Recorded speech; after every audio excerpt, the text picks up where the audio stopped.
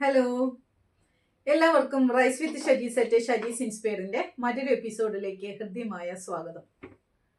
ഒരു മനുഷ്യന് ഒരു മാസം 2000 രൂപ വരുമാനം ഉണ്ടായിരുന്നു.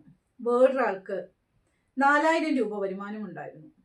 ആദ്യ നോട്ടത്തില് ഈ 4000 രൂപ സമ്പാദിക്കുന്ന ആളാണ് ഫിനാൻഷ്യലി ബെറ്റർ എന്ന് നമുക്ക് തോന്നും. പക്ഷേ 2000 സമ്പാദിക്കുന്ന വ്യക്തിക്ക് 500 സേവ് ചെയ്യാനായിട്ട് കഴിയുന്നു. 4000 സമ്പാദിക്കുന്ന വ്യക്തിക്ക് മാസം അവസാനം നോക്കുമ്പോൾ ഒരു 50 രൂപ പോലും കയ്യിലെടുക്കാൻ ഇല്ലാത്തൊരവസ്ഥയാണ്. അപ്പോൾ ഒരു ചോദ്യം, ആരാണ് ഫിനാൻഷ്യലി ശരിക്കും സ്ട്രോങ്ങർ ആയിട്ടുള്ളത്? ഇവിടെയാണ് ഇന്നത്തെ നമ്മുടെ കഥ തുടങ്ങുന്നത്. 2 ശമ്പളങ്ങൾ. ഒരു പട്ടണത്തില് നിഖിൽ എന്നും സനിൽ എന്നും പേരുള്ള 2 സുഹൃത്തുക്കൾ ഉണ്ടായിരുന്നു. രണ്ടുപേരും ഒരേ പ്രായം, രണ്ടുപേരും ജോലി ചെയ്തു. ആദ്യമായി ജോലി കിട്ടിയപ്പോൾ രണ്ടുപേരുടെയും സാലറി ഒരേപോലെ ആയിരുന്നു, ഏകദേശം ഒരുപോലെ ആയിരുന്നു. നിഖില് ആദ്യ സാലറി കിട്ടിയപ്പോൾ പറഞ്ഞു, ഇനി എനിക്ക് ലൈഫ് എൻജോയ് ചെയ്യണം. പുതിയ ഫോൺ വാങ്ങി, പിന്നെ ബ്രാൻഡഡ് ക്ലോത്ത്സ് വാങ്ങി, restaurant, weekend TRIPS, credit card, EMI. അവൻ സന്തോഷവാനായിരുന്നു. സനലാകട്ടെ, അവനും ലൈഫ് എൻജോയ് ചെയ്തു. പക്ഷെ ഒരു ചെറിയ വ്യത്യാസം. സാലറി കിട്ടുന്ന ദിവസം തന്നെ അവൻ പണം 3 ഭാഗമാക്കി മാറ്റി.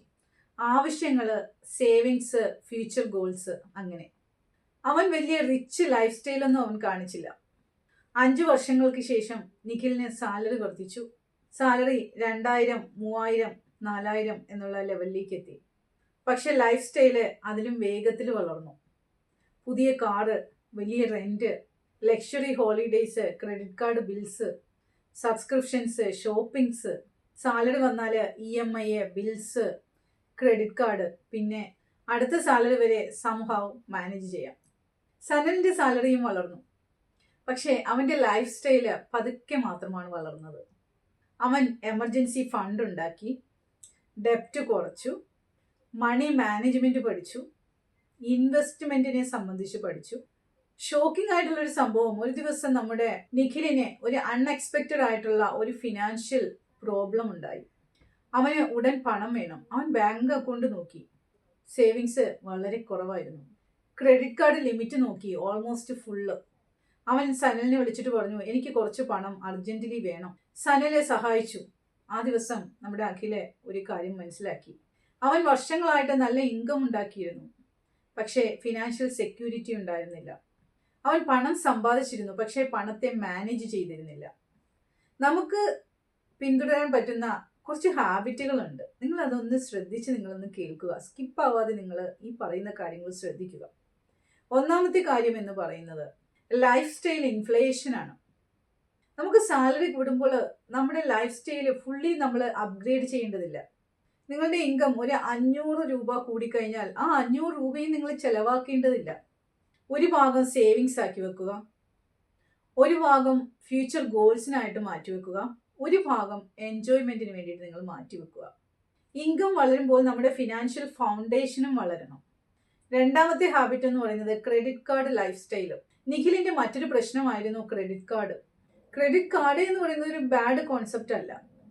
പക്ഷേ നിങ്ങൾക്ക് അഫോർഡ് ചെയ്യാൻ കഴിയാത്ത ലൈഫ് സ്റ്റൈല് നിങ്ങൾ അഫോർഡ് ചെയ്യുമ്പോൾ അതിന് വേണ്ടിയിട്ട് നിങ്ങൾ ക്രെഡിറ്റ് കാർഡ് ഉപയോഗിച്ചു കഴിഞ്ഞാൽ അത് അപകടകരമാണ്. ഇപ്പോൾ വാങ്ങാം പിന്നെ അടയ്ക്കാം എന്നുള്ള മൈൻഡ് സെറ്റ്, അത് നിങ്ങളുടെ ഫ്യൂച്ചർ ഇൻകം നിങ്ങൾ ഇന്ന് തന്നെ സ്പെൻഡ് ചെയ്യുന്നത് പോലെയാണ്. മനസ്സിലാക്കുക. പ്രിയപ്പെട്ടവരെ, മൂന്നാമത്തെ ഹാബിറ്റ് എന്ന് പറയുന്നത് ഇമോഷണൽ സ്പെൻഡിങ് ആണ്. നിഖിലിന് സ്ട്രെസ് വന്നാൽ ഓടിപ്പോയി ഷോപ്പിംഗ് ചെയ്യും.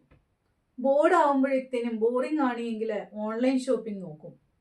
സാഡ് ആയിരിക്കുമ്പോഴേ എക്സ്പെൻസീവ് ഫുഡ് എൻജോയ് ചെയ്യാനായിട്ട് നോക്കും. ഇതൊരു ഡേഞ്ചറസ് ആയിട്ടുള്ള ഒരു സൈക്കിളാണ് ഇമോഷണൽ സ്പെൻഡിങ് എന്ന് പറയുന്നത്. ഒരു കാര്യം നിങ്ങൾ ശ്രദ്ധിക്കുക, ഒരു കാര്യം നിങ്ങൾ മനസ്സിൽ നിങ്ങൾ ഓർക്കുക. Emotion, spending, temporary happiness, then finally regret, പിന്നെ വീണ്ടും ഇമോഷൻ, വീണ്ടും സ്പെൻഡിങ്. ഈ സൈക്കിൾ ഇങ്ങനെ തുടർന്നുകൊണ്ടേയിരിക്കും.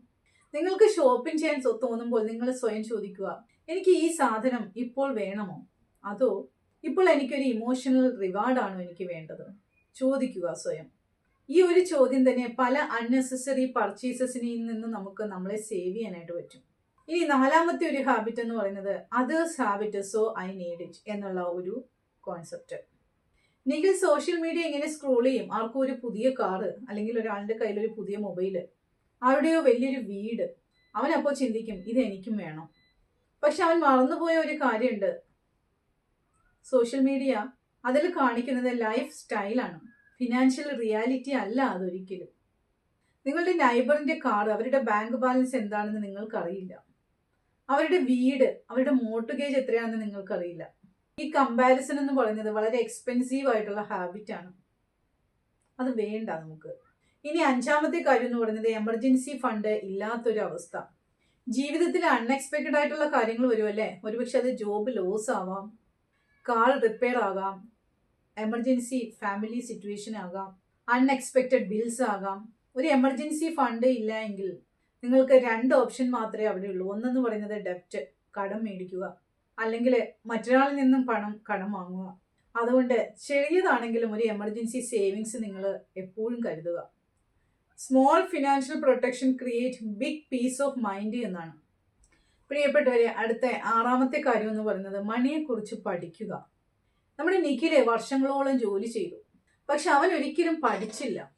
ബഡ്ജറ്റ് എങ്ങനെ ചെയ്യണം, ഡെപ്റ്റ് എങ്ങനെ നിയന്ത്രിക്കണം, പെൻഷൻ എന്താണ്, ടാക്സ് എങ്ങനെ വർക്ക് ചെയ്യുന്നു, ഇൻവെസ്റ്റിംഗ് എന്ന് പറഞ്ഞാൽ എന്താണ്, ഇൻഫ്ലേഷൻ എന്ന് പറഞ്ഞാൽ എന്താണ്, ഇതൊക്കെ നമ്മൾ അറിഞ്ഞിരിക്കണം. ശരിക്കും പറഞ്ഞു കഴിഞ്ഞാൽ നിങ്ങളുടെ പണം നിങ്ങൾക്ക് വേണ്ടിയിട്ട് വർക്ക് ചെയ്യണമെങ്കിൽ നിങ്ങൾ പണത്തെക്കുറിച്ച് പഠിക്കണം.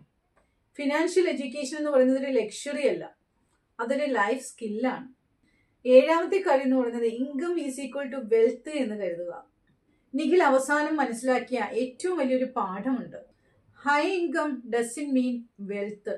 നിങ്ങൾ മാസം 10,000 രൂപ സമ്പാദിച്ചാലും ആ 10,000വും നിങ്ങൾ ചെലവഴിച്ചാൽ നിങ്ങളുടെ വെൽത്ത് വളരണമെന്നില്ല. മറിച്ച് മാസം 3,000 രൂപ സമ്പാദിക്കുന്ന ഒരാള് അതിൻ്റെ കുറച്ച് ഭാഗം ഒന്ന് സേവ് ചെയ്യുകയും, സ്ഥിരമായിട്ട് സേവ് ചെയ്യണം, സെൻസിബിളായി ഇൻവെസ്റ്റ് ചെയ്യുകയും ഡെപ്റ്റ് നിയന്ത്രിക്കുകയും ചെയ്താൽ അവൻ്റെ ഫിനാൻഷ്യൽ പൊസിഷൻ കാലക്രമേണ ശക്തമായിക്കൊണ്ടിരിക്കും. Income is what you earn, but wealth is what you keep and build. ഇനി നമുക്ക് എന്താണ് നമുക്ക് ചെയ്യാൻ പറ്റുന്ന ഒരു ട്രാൻസ്ഫോർമേഷൻ എന്ന് നമുക്ക് നോക്കാം. എന്ത് ട്രാൻസ്ഫോർമേഷൻ ആണ് നമ്മൾ കൊണ്ടുവരേണ്ടത്? അവൻ ആൾക്കാരുടെ മുന്നിൽ റിച്ചായി കാണപ്പെടാൻ ആയിട്ട് ശ്രമിക്കുന്നത് അവൻ നിർത്തി. പകരം ഫിനാൻഷ്യലി സ്ട്രോങ് ആകാനായിട്ട് അവൻ ശ്രമിച്ചു. എക്സ്പെൻസസ് ഒക്കെ ട്രാക്ക് ചെയ്ത് അൺനെസസറി സബ്സ്ക്രിപ്ഷൻസ് ഒഴിവാക്കി, ക്രെഡിറ്റ് കാർഡ് ഡെപ്റ്റ് നിയന്ത്രിക്കാനായിട്ട് തുടങ്ങി, എമർജൻസി സേവിങ്സ് അവൻ ആരംഭിച്ചു, മണി മാനേജ്മെന്റ് അവൻ പഠിച്ചു. സാലറി വർദ്ധിച്ചപ്പോൾ ലൈഫ് സ്റ്റൈൽ മാത്രമല്ല അവൻ വർദ്ധിപ്പിച്ചത്, അവൻ അവൻ്റെ സേവിങ്സും വർദ്ധിപ്പിച്ചു. കുറച്ച് വർഷങ്ങൾക്ക് ശേഷം അവൻ ആദ്യമായിട്ട് ഒരു ഫീലിംഗ് അവൻ അനുഭവിച്ചു, ഫിനാൻഷ്യൽ ഫ്രീഡം എന്താണെന്നുള്ള. എനിക്ക് പണം മാത്രമല്ല, എനിക്ക് ഫിനാൻഷ്യൽ പീസും ഉണ്ട് എന്നവൻ മനസ്സിലാക്കി. ഇനി നിങ്ങളോട് ഞാനൊരു ചോദ്യം ചോദിക്കട്ടെ. നിങ്ങളുടെ പണം നിങ്ങളെ നിയന്ത്രിക്കുകയാണോ, അതോ നിങ്ങൾ നിങ്ങളുടെ പണത്തെ നിയന്ത്രിക്കുകയാണോ? ആലോചിക്കുക. നിങ്ങളുടെ ബാങ്ക് സ്റ്റേറ്റ്മെന്റ് ഒന്ന് തുറക്കുക. കഴിഞ്ഞ മാസം പണം എവിടെയൊക്കെ പോയെന്ന് നോക്കുക. ജഡ്ജ്മെന്റ് ഇല്ലാതെ നോക്കുക. കാരണം നിങ്ങൾക്ക് മാറ്റാൻ കഴിയാത്തത് നിങ്ങളുടെ കഴിഞ്ഞ കാലത്തെ സ്പെൻഡിങ് ആണ്. പക്ഷെ നിങ്ങൾക്ക് മാറ്റാൻ കഴിയുന്ന ഒന്നുണ്ട്, നിങ്ങളുടെ അടുത്ത ഫ്യൂച്ചറിലേക്കുള്ള ഫിനാൻഷ്യൽ ഡിസിഷൻ. കൂടുതൽ സമ്പാദിക്കാനായിട്ട് ശ്രമിക്കുക, അതിനോടൊപ്പം തന്നെ കൂടുതൽ സേവ് ചെയ്യാനായിട്ടും ആരംഭിക്കുക. അതുപോലെ ഡെപ്റ്റിനെ നിയന്ത്രിക്കുക, എമർജൻസി ഫണ്ട് ഉണ്ടാക്കുക, മണിയെക്കുറിച്ച് പഠിക്കുക. നിങ്ങളുടെ ലൈഫ് സ്റ്റൈല് ഒരിക്കലും നിങ്ങൾ നിയന്ത്രിക്കാതിരിക്കാനായിട്ട് നിങ്ങൾ ശ്രദ്ധിക്കുക. ഒടുവിൽ നിങ്ങൾ ഓർക്കേണ്ടുന്ന ഒരു കാര്യം, റിച്ചായി കാണപ്പെടുന്നത് അതൊരിക്കലും നിങ്ങളുടെ ഒരു ലക്ഷ്യമാകരുത്. നമ്മുടെ ലക്ഷ്യം എന്തായിരിക്കണം? ഫിനാൻഷ്യൽ സ്റ്റെബിലിറ്റി ആയിരിക്കണം. ഫിനാൻഷ്യലി നമ്മൾ ഫ്രീ ആയിരിക്കണം. അപ്പോൾ എൻ്റെ വീഡിയോ ഇഷ്ടമായെങ്കിൽ, ഇതിൽ നിന്ന് എന്തെങ്കിലും നിങ്ങൾ നിങ്ങളുടെ ലൈഫിൽ അപ്ലൈ ചെയ്യാനായിട്ട് നിങ്ങൾ ആഗ്രഹിക്കുന്നുവെങ്കിൽ നിങ്ങൾ കമൻറ്റ് ബോക്സിലൂടെ എന്നെ അറിയിക്കുക. അതോടൊപ്പം തന്നെ നിങ്ങൾ കമൻറ്റ് ബോക്സിൽ ഒരു സെൻറ്റൻസും കൂടി നിങ്ങൾ ആഡ് ചെയ്യുക. I will control my money, not let money control me എന്നുള്ള ആ ഒരു സെൻറ്റൻസ് നിങ്ങൾ കമൻറ്റ് ബോക്സിലേക്ക് കൊടുക്കുക. അപ്പോൾ വീഡിയോ ഇഷ്ടമായെങ്കിൽ ലൈക്ക് ചെയ്യുക. അതോടൊപ്പം തന്നെ എൻ്റെ ചാനൽ ഇതുവരെ സബ്സ്ക്രൈബ് ചെയ്യാത്തവരുണ്ടെങ്കിൽ ചാനൽ സബ്സ്ക്രൈബ് ചെയ്യുക. റൈസ് വിത്ത് ഷജീസ് എന്ന് നിങ്ങളോടൊപ്പം തന്നെ ഉണ്ടാകും. തീർച്ചയായിട്ടും സ്റ്റേ ട്യൂൺ ചെയ്യുക. എൻ്റെ പേര് ഷജീല ഹലീമ. ഞാനൊരു മൈൻഡ് പവർ ട്രെയിനറാണ്, ഒരു ലൈഫ് കോച്ചാണ്, അതുപോലെ തന്നെ ഒരു ചിൽഡ്രൻസ് കോച്ചാണ്, ബിസിനസ് കോച്ചാണ്. തീർച്ചയായിട്ടും നിങ്ങൾക്ക് എൻ്റെ പേഴ്സണൽ സെഷനിൽ പങ്കെടുക്കാൻ താല്പര്യമുള്ളവർ തീർച്ചയായിട്ടും എന്നെ കോൺടാക്റ്റ് ചെയ്യുക. നമ്പർ ഡിസ്ക്രിപ്ഷനിൽ കൊടുത്തിട്ടുണ്ട്. അതോടൊപ്പം തന്നെ ഗ്രൂപ്പ് ക്ലാസ്സുകളും വളരെ സക്സസ്ഫുൾ ആയിട്ട് പോകുന്നുണ്ട്. അപ്പം അതിനകത്തേക്ക് ജോയിൻ ചെയ്യാൻ താല്പര്യമുള്ളവർക്കും കോൺടാക്ട് ചെയ്യാവുന്നതാണ്. അതിനോടൊപ്പം തന്നെ നമുക്കൊരു വാട്സപ്പ് ഗ്രൂപ്പ് ഉണ്ട്, happiness and abundance mega hub എന്ന് പറഞ്ഞിട്ട്. അപ്പം അതിനകത്ത് ജോയിൻ ചെയ്യാൻ താല്പര്യമുള്ളവർ ലിങ്കിലൂടെ ആ ഒരു വാട്സപ്പ് ഗ്രൂപ്പിലേക്ക് നിങ്ങൾ ആഡ് ആവുക. Thank you so much for watching my video. Thank you once again. By.